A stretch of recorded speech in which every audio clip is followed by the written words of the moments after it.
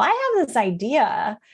In what world is it okay for me to come up with this idea? And I don't have that background, but if people don't take crazy ideas that they think have some value and move forward with them, then nothing would ever happen. So in fact, it's on a little piece of paper behind me. It says, "You'll never regret trying."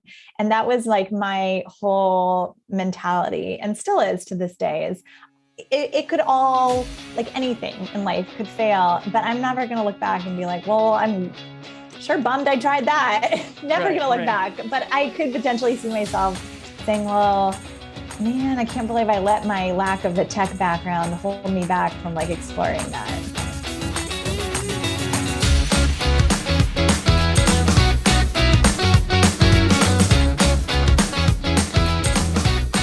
So this little bonus episode, we're going to talk with Melissa about kind of her entrepreneurial journey with Wed Brilliant and just kind of her background. As an entrepreneur myself, I'm super interested in kind of this whole process that you started in, was it 2014? It was, yeah. I mean, we launched in 2014, but I think the process started in like 2012. Okay. Yeah. Well, that shows a lot of commitment right there. Like that you had this idea. Tell me how it actually started. You had the idea. And how long did it take for you to like really start making movements on it? That's a really great. So I had the idea and I went through the initial, okay, well, this is going to cost some money. Am I bootstrapping this, AKA paying for it myself, or am I going to take on investment? And at the time it was, this was again, many years ago, and Wed Tech, I feel like it's still kind of behind the times, but there's more of it out. There's more technology now than certainly in 2012. But definitely back then I talked to a couple of people, including one of my mentors, and he was just like, yeah, I don't know, like people don't really get this. And I'm like, okay, fine. I'm going to bootstrap it. So, and then I don't have to report to anybody. So pluses and minuses to doing that, but definitely, I think when startups get funding, they spend less wisely in some cases because it's just a huge chunk of money. And they're like, great, we're going to hire so-and-so to do that. It doesn't matter if they cost $60,000 to do that. But I was definitely more on a budget because I was spending my own money and I was working at the time. And so I was like, I'm working to pay for this.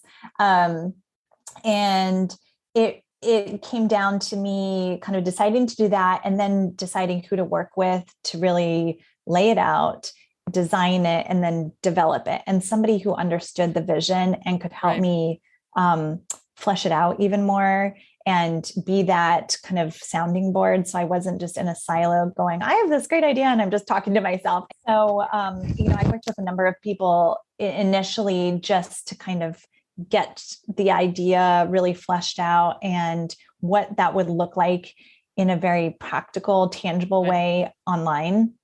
And then eventually I found a web team who was local. I was able to meet with in person and really have a great planning session. And we went through the whole branding process, and then they built the first version. And then many years later, I went back and they're a female team, which I love. It's not necessary, but it was cool to like work with them too, because they were like this startup web team and I'm this startup wedding tech business. And then many years later, I decided to kind of change the website a little bit visually and kind of the back end, how we earned money. And they helped me do that. And to this day, they're still like my go-to team. That's awesome. I would say that they've been the number one, like, chief relationship that I've had throughout this process, aside from some of the mentors that I've worked with and have given me great advice, because they're the ones who are implementing so much. And you don't have any tech background personally. No, I don't. I think that was a big hurdle for me, realizing, well, I have this idea, but, and I did a lot of like self-reflection at the time, and still to this day, like, okay, well, in what world is it okay for me to come up with this idea? And I don't have that background, but if people don't take crazy ideas that they think have some value and move forward with them, then nothing would ever happen. So Right. in fact, it's on a little piece of paper behind me. It says, "You'll never regret trying." And that was like my whole mentality, and still is to this day, is it could all, like anything in life could fail, but I'm never going to look back and be like, well, I'm sure bummed I tried that. Never going to look back, but I could potentially see myself saying, well, man, I can't believe I let my lack of a tech background hold me back from like exploring that. So, I just decided to find the people that I needed to fill in the blanks and kind of support the idea and help me bring it to life. And that included mentors in tech fields and wedding industry, and really whoever. I mean, I talked to people who were in user experience for Nike, and they were like, okay, here, you got to keep this in mind because this is how users are going to look. So I tried to like, broaden my horizons and take everybody's feedback into consideration, so that it would be the most practical, useful service to people. Yeah. So when you had the concept or started the idea kind of around your wedding, it sounds like, your own personal wedding. And then in 2020, when did you get married? What year? I got married in 2005. So it was still 7 years later. So you had the idea. We had kids, and then, it just like sat with me. And oh my gosh, this is amazing. Like you I know. just kept on it. It sounds like tenacity, right? Yeah. And you obviously have a real drive, and you think it's important. You didn't just like, okay, that was like so many years ago. No, that's amazing. It kept coming back up, and I would talk to my friends getting married, and they were like, gosh, I really went. I'm like, I had this idea. And they're like, do it. Why are you not doing it? Yeah. I mean, there's a lot of hurdles, especially after children. Yeah. And like, oh man, I work full time, Right.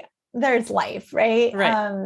But also I went through, the whole process of writing a business plan and really kind of like doing what I thought I needed to do in order to launch a business, so that I had vetted every possible outcome and was aware of, hurdles that I would face and that business would face. And so I spent a lot of time really before even like getting to the point where I met with the web team. It was really building it out on paper. And that took a long time, but I think it was worthwhile because now I'm like prepared for any different change or switch, or, I can be nimble. And so I 100% like would recommend that to anybody looking to start a business. It feels good to maybe just jump in and try it, but like just building it out and putting the potential outcomes. Yeah. 100%. Yeah. I can say that for sure. I mean, it's interesting that, you kind of have to like your experience with like hiring the web team and maybe starting off a little bit small, and then like they've kind of been with you for the whole time. I have that exact same experience with my IT folks and my web folks as well. Like it started off, with a girl I know that did web design, and I'd have her I tried to do most of it myself, like I tried to DIY and then it's like, okay, it's getting a little outside of my skill set, and can you help me with some code? And so it's very much an evolving process, I think, when you're going into starting a business and stuff like that. And kudos to you. That's so amazing. And to you. Well, thank you. But that's so amazing that you just held on to the idea and you didn't let it, has it evolved quite a bit? Actually, that was a question. Did it start out one way and it's totally different, or has it changed with times? Or it has a little bit. One of the biggest functionalities that I've changed wouldn't be noticeable to couples who are on Wed Brilliant, but initially it was set up. And this was again back in 2014 when I launched. This is how it was set up. I think I made the switch in 2016, so it wasn't for very long. But so pros who joined, vendors who joined, would not pay any sort of membership fee to have their profile. But if they submitted a bid and won that, then they would pay a percentage of that to Wed Brilliant. And it wasn't like I pulled and that's the other thing. I like, I like to do consumer like polling and get feedback from all my users. And so I polled vendors at the time and they're like, honestly, like I would pay a small monthly membership fee or an annual fee just to have my profile and be able, submit unlimited bids and not have to deal with like, well, what's my cut to Wed Brilliant out of this? Right. And so I made that switch a couple of years later. Again, couples didn't change anything for them. Yeah. But I've stuck with that. I've gone through kind of like a different look and feel. And, the internet obviously is like, everything is evolving day by day. There's like new ways of doing things. And so every so often the web team and I sit down and are like, how can we make this easier? What can we add on here to do to make that better? So yeah. That's so cool. So would you consider your site like a directory? In a way, yeah. Because you can come on and search for photographers, or you can search for photographers in Florida, or you can search for photographers in Miami, Florida. Like you can kind of narrow what you're looking for. And I know that some couples just use us for that. They're just like but it's like a Wedding Wire or The Knot. It's a directory of sorts to find out who's out there performing the services and offering the products that you're looking for. So there's that feature. But it sounds like the real difference is this bid system. Yeah, the one step further. Yeah, the bidding and just getting everything directly to the couples so that it makes it easier for them instead of like one-off corresponding with vendor by vendor. It's more like, hey, everybody, here's what I need. Can anybody help me out? Sort of. Yeah. That's cool. So I have to ask, how did you go about marketing this?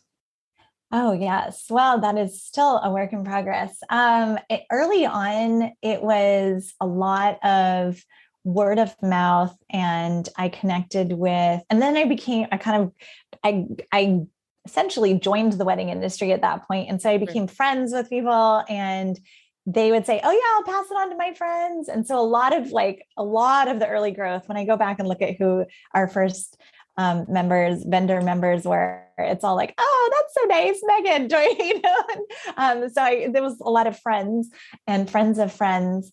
And then it kind of took on a kind of a life of its own once we started getting bid requests from couples. And to this day, now I use Instagram for that to kind of share those. But if there's a bid request for, let's say, a DJ, and one of the DJs like, oh, I'm already booked that date, they'll forward that URL for the bid request onto their buddy. Yeah. Or their kind of team that they do referrals to. So there's a lot of that organic kind of marketing, which is hard to control and hard to like understand how to take advantage of and network with, but I try my best. I do think Instagram is a great way for Wed Brilliant to get out there and connect with people, and going to be doing a lot more of that moving forward. Pinterest has also been really good. And it'll be interesting. And of course, like obviously launching in 2014, Instagram, Pinterest, all these things. Yeah. I don't even know if they existed in 2014. I don't know if they did actually either, But they've evolved and they continue to. Sure. And yeah. So I'm trying to evolve with them. Nice. And then maybe this is too forthright, but when did you start seeing the fruits of your labor? Yes. I think really probably after I made that switch to the revenue system, as opposed to like the percentage that vendors paid on a bid that their proposal that a couple accepted, having them join. And it's a nominal fee for vendors. It's $5 a month. It's like, oh, wow. It's just essentially to have your profile out and available, because people, if they put in a search for, a DJ in New York City, like your Wed Brilliant profile might pop up. So the idea is you may not bid or get business this month, but your profile is available. And that's why it's $5 a month. It's nominal, but, and then it kind of balances out for Wed Brilliant and for them. And, and like, I'm not in the money-making business. I'm more in the matchmaking business. Yeah. I just want to connect. I'm trying to solve a need as opposed to like get rich quick. That's not my driving, goal here. So, but I would say kind of 2016, once our vendors were paying those membership fees, it was able to fuel everything currently. And because I'm still a startup, I consider myself and Wed Brilliant still to be in the startup stage. So everything that comes in turns around and goes back out. And it's to marketing, it's to public relations efforts, it's Google ads, it's our web team, email service.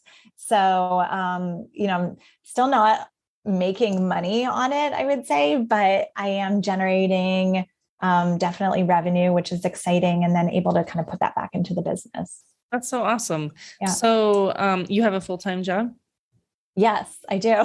What's your regular gig? Well, I work for another wedding startup. Oh, okay. Surprise. Called Rock, Paper, Coin. And they are an online platform that basically allows wedding vendors, I don't know if you've heard of them, but to do contracts, invoicing, get payments all online. Oh. So it's like a honeybook. Not a CRM, but it is simpler. Yeah, it's yes. And that's the whole point. It was founded by two wedding planners who actually were early Wed Brilliant members, which is how I connected with. So these two wedding planners are like, okay, we've tried Excel, we've tried Honeybook, we've tried like there's all the things, and we just need to send a contract out and not think about it and have the automated reminders go. Yeah, and not have to be committed to this other all the things. Oh man, the CRM world is we're in the transitioning to a new one right now, and it's a lot. It's a lot. And then you have to bring everybody. I mean, half the battle, I think, is just the transition, to be honest. Yes, but it is. Yeah. And it's a big commitment. So I work it's a huge commitment. Yeah. And, I think that's partly the thing with Rock, Paper, Coin too, is we are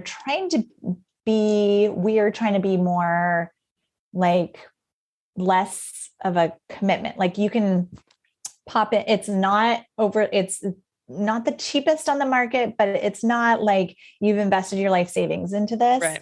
The processing fees are lower than some of the other ones too. So the idea is like, this shouldn't be a huge burden for you because you're doing what you do best, photography or planning or, cake baking or running a venue or whatever it is. Like if sending contracts and then waiting for them to get signed and having to send reminders or, trying to get paid is taking all the time that you could be doing what you're creative and you're good at, then it's like, that's not working. Right. So yeah.